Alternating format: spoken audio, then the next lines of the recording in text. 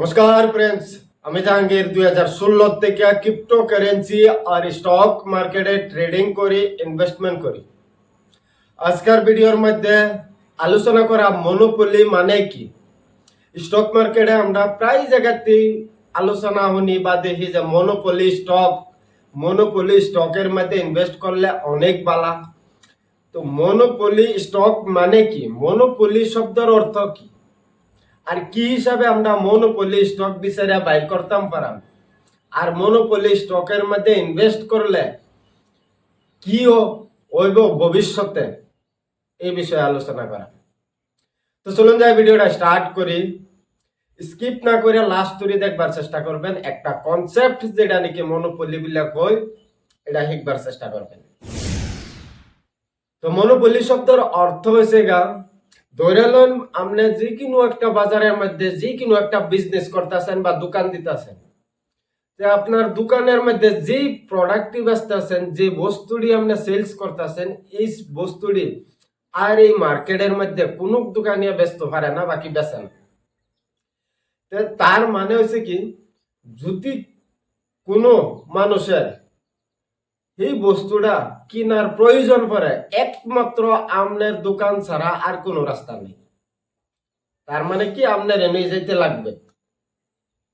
তো এটারই কম monopoly business, মানে কি মার্কেটের মধ্যে রাজ করা। আরেকটা উদাহরণ স্বরূপে যদি কই, ধরে লন আইআরসিটিসি, আমরা যে ট্রেনের টিকিট বুক করি বা ট্রেনের যতগুলা ইন্ডিয়ান ট্রেন আছে, ট্রেনের মধ্যে ক্যাটারিং এর সার্ভিস আর টিকেটের সার্ভিস, যত টিকিট বেচা কিনা সবকিছু হয় আইআরসিটিসির দ্বারা হয়, ঠিক আছে। তো আইআরসিটিসি একটা মনোপলি কোম্পানি। কি কারণে? যে ট্রেনের টিকিট অন্য কোনো কোম্পানি বেচতে পারতো না। বাকি আমরা যে টিকিট কিনি, অনলাইনে কিনি, অফলাইনে কিনি, স্টেশনের থেকে কিনি, যে কোনো জায়গার থেকে কিনি, টিকিটটা কোন জায়গার থেকে আয়? আইআরসিটিসির কাছের থেকে আয়। একটা গভর্নমেন্ট কোম্পানি আইআরসিটিসি, কিন্তু মনোপলি কোম্পানি। এই কোম্পানি যে বিজনেসটা করতেছে ট্রেনের টিকিট বেচা, আর ট্রেনের মধ্যে যে ক্যাটারিং এর সার্ভিসটা আছে, ট্রেনের মধ্যে আমরা যে খাদ্যটা খাই কিনা হেরা ট্রেনের থেকে, এই ক্যাটারিং এর সার্ভিসটা এই আইআরসিটিসি কোম্পানি করে। যদি অন্য কোনো কোম্পানি চায় যে আমি গিয়ে ট্রেনের মধ্যে খাদ্য সেলস করাম বা ক্যাটারিং এর সার্ভিস করলাম, ওইতো না। আইআরসিটিসি এটার মধ্যে রাজ করতেছে, আইআরসিটিসি থাকবো। তো এটারই কয় মনোপলি স্টক, মনোপলি কোম্পানি। মানে কি, কোম্পানিটা যেই বিজনেসটা করতেছে, এই বিজনেসের মধ্যে অন্য কোনো কোম্পানি গিয়ে বিজনেস করতে পারতো না। যদি করতে চায় তো অনেক পরেশানি আছে, অনেক ঝামেলা আছে। যেরকম নাকি আরেকটা কোম্পানির উদাহরণ লইলে আমরা বুঝতাম পারাম, আইটিসি। আইটিসি অনেক ধরনের প্রোডাক্ট বেচে। তো সবের থেকে যেটা নাকি মূল প্রোডাক্ট আইটিসির, সিগারেটের বিজনেস। আমরা যেগুলা নাকি ব্র্যান্ডেড সিগারেট দেখি মার্কেটের মধ্যে, গোল্ড ফ্ল্যাগ হোক, বাকি অনেক জাতের ফ্ল্যাগ আছে, সিগারেট আছে। তো যেগুলা নাকি দামি দামি একদম ব্র্যান্ডেড সিগারেট, সারাগুলা সিগারেট আইটিসি ব্র্যান্ড করে, আইটিসি বানায়। তো আইটিসির কম্পিটিটর যদি আরেকটা কোম্পানি সৃষ্টি হয়, কালকা যদি কয় যে আমিও সিগারেট বানাম, তো আইটিসি যে জায়গার মধ্যে আছে সেই জায়গা গিয়া হাইরা এরকম সিগারেট বা তার থেকে বেশি ভালো সিগারেট বানাইবার হইলে অনেক বছরের দরকার, অনেক ইনভেস্টমেন্টের দরকার, অনেক নলেজের দরকার, তো অনেক কিছুর দরকার। মানে কি কইবার গেলে যে একটা নতুন কোম্পানি বাকি পুরানা কোম্পানি যেটি আছে মার্কেটের মধ্যে, অন্য বিজনেসের মধ্যে, তারা যদি যায় গিয়া আইটিসির মতন সিগারেট বানায় হেরা মার্কেটের মধ্যে আইটিসির যে নামটা আছে সেই নামটা যদি লইবার যায়, তো অনেক সময়ের দরকার পড়ে যাবে। তো সেই সময়ের মধ্যে আইটিসি কি করবো, নিজের আরো উন্নতি করব। যতটুক সময়ের মধ্যে সেই কোম্পানিটা আইটিসির জায়গা আইব, এতটুকের মধ্যে আইটিসি কি করবো, আরো উন্নতি করে আরো সামনে যাইব। তো এক মতন কইবার গেলে আইটিসি একটা মনোপলি পেয়ে গেছে এই বিজনেসের মধ্যে, সিগারেটের বিজনেসের মধ্যে। অন্য কোনো কোম্পানি যদিও চায় আইটিসি রে ক্রস করবার লেগা, ওভারটেক করবার লেগা, তাহলে অনেক সময়ের দরকার, অনেক ইনভেস্টমেন্টের দরকার, অনেক নলেজ, অনেক কিছুর দরকার, তো যেটা নাকি অসম্ভবের কথা। ঠিক আছে, তো আরেকটা বিজনেসের কথা যদি আমরা আলোচনা করি, যেরকম নাকি সিডিএসএল, আমরা স্টক মার্কেটের মধ্যে বর্তমান লগভগ 15 করোড়ের মতো ডিম্যাট অ্যাকাউন্ট আছে। সারা ডিম্যাট অ্যাকাউন্ট বেশিরভাগই সিডিএসএল এর কাছে আছে। দুটা ডিম্যাট অ্যাকাউন্ট কোম্পানি আছে আমাদের দেশের মধ্যে, এনএসডিএল, সিডিএসএল। এনএসডিএল স্টক মার্কেটের মধ্যে লিস্ট নাই, তো আমরা স্টক কিনা বেচা করতামও পারতাম না। সিডিএসএল লিস্ট আছে, সিডিএসএল এর স্টক আমরা কিনতামও পারাম, বেচতামও পারাম। তো সিডিএসএল এর কাছে এই 15 করোড় ডিম্যাট অ্যাকাউন্টের থেকে বেশিরভাগ ডিম্যাট অ্যাকাউন্ট সিডিএসএল এর। তো সিডিএসএল এর কাম কি, এই ডিম্যাট অ্যাকাউন্টে যে রাখছে পাবলিকের, তো অ্যাকাউন্টের মধ্যে যখন এই পাবলিকে শেয়ার কিনে অ্যাকাউন্টে তাই বেচলে অ্যাকাউন্টেতে যায়, এই দুটা কাম সিডিএসএল এর। তো এই কামটার লেগে সিডিএসএল এর ফিস নেই। যদি প্রতিদিন পিছে শেয়ার বেচেন, একদিনে 16 টাকা পার অ্যাকাউন্ট ফিসে চার্জ করে। মানে আজকের দিনের মধ্যে আমি যতগুলা শেয়ার সেল করি আমার ডিম্যাট অ্যাকাউন্টের থেকে বাইরে আরেকজনের অ্যাকাউন্টও দেব, তো এই ট্রানজাকশনের লেগে আমার 16 টাকা দেওয়া লাগবে পার ডে। কালকে আরেকবার আমি ট্রেডিং করলে আমার অ্যাকাউন্ট থেকে শেয়ার ডেবিট হলে, মানে বেচলে আরেকজনের অ্যাকাউন্টে গেলে কালকে আবার 16, এরপরের দিন আবার 16। তো লাইফ টাইম আর্নিং সোর্স এটা সিডিএসএল এর। আরো অনেক বিজনেস করা সিডিএসএল এ, তো আমি একটা বিজনেসের কথা বললাম। তো যদি এই বিজনেসটা দেখিয়া অন্য কোনো কোম্পানি কয় যে আমিও এই বিজনেস করাম, হইতো না। অলরেডি সিডিএসএল এই বিজনেসের মধ্যে একদম টপের মধ্যে আছে, আর এই বিজনেসে অন্য কোনো কোম্পানি আইতেও পারতো না। এটা হচ্ছে মনোপলি বিজনেস, মনোপলি স্টক। তো আশা করছি অনেকটি এক্সাম্পল দিলাম, অনেকটি কোম্পানির এক্সাম্পল দিলাম। মনোপলি স্টক মানে কি? মনোপলি স্টক মানে সাধারণভাবে কইবার গেলে এটা যে বিজনেসটা কোম্পানি করতেছে, এই বিজনেসটার মধ্যে অন্য কোনো কোম্পানি আইতে পারতো না। ঠিক আছে, তো এটারে মনোপলি বিজনেস কর। তো ওখানে আমরা বুঝলাম মনোপলি বিজনেসের মধ্যে ইনভেস্ট করলে লাভ কি। ধরে নেন মনোপলি বিজনেস আমরা উদাহরণস্বরূপে ধরি সিডিএসএল। সিডিএসএল একটা ডিম্যাট কোম্পানি, আমি আলোচনা করছি ডিম্যাট অ্যাকাউন্ট ম্যানেজ করে। তো এই কোম্পানির লাইফ টাইম একটা আর্নিং সোর্স আছে। মানুষের সব সময় ডিম্যাট অ্যাকাউন্ট খুলবো, ডিম্যাট অ্যাকাউন্টের মধ্যে শেয়ার কিনবো বেচবো, মানে বাই সেল তো করবোই। করলে লাইফ টাইম একটা ফিস সিডিএসএল এর কাছে অটোমেটিক আওয়াতেই থাকবো। কোনো ঝাই ঝামেলা নাই, কোনো কম্পিটিটর নাই, কোনো বেলেগ কোম্পানি আয়াহের এই বিজনেসের মধ্যে নিজের স্থান বানাইবার কোনো জায়গা নাই।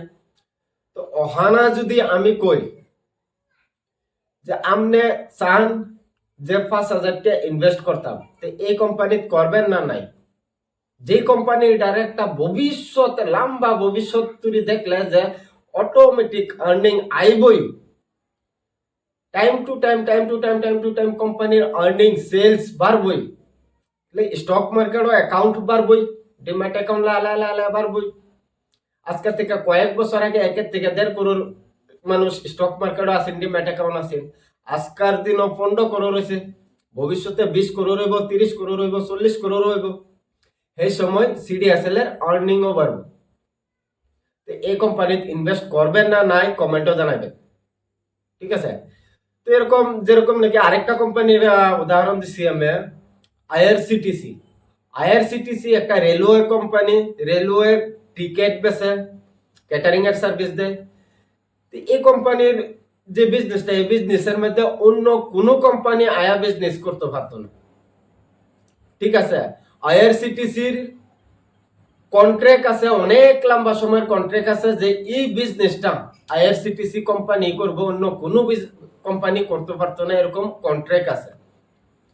তো কোম্পানি যে বিজনেসটা করতেছে, টিকিট সেলস করতেছে বা ক্যাটারিং চালাইতেছে, ট্রেনের মধ্যে ফুড সার্ভিস দিতেছে, মানুষরে খাদ্য দিতেছে, ট্রেনের মধ্যে সেলস করতেছে, তো এই বিজনেসেতে কোম্পানির তো অটোমেটিক লাভ একটা আইতেছে।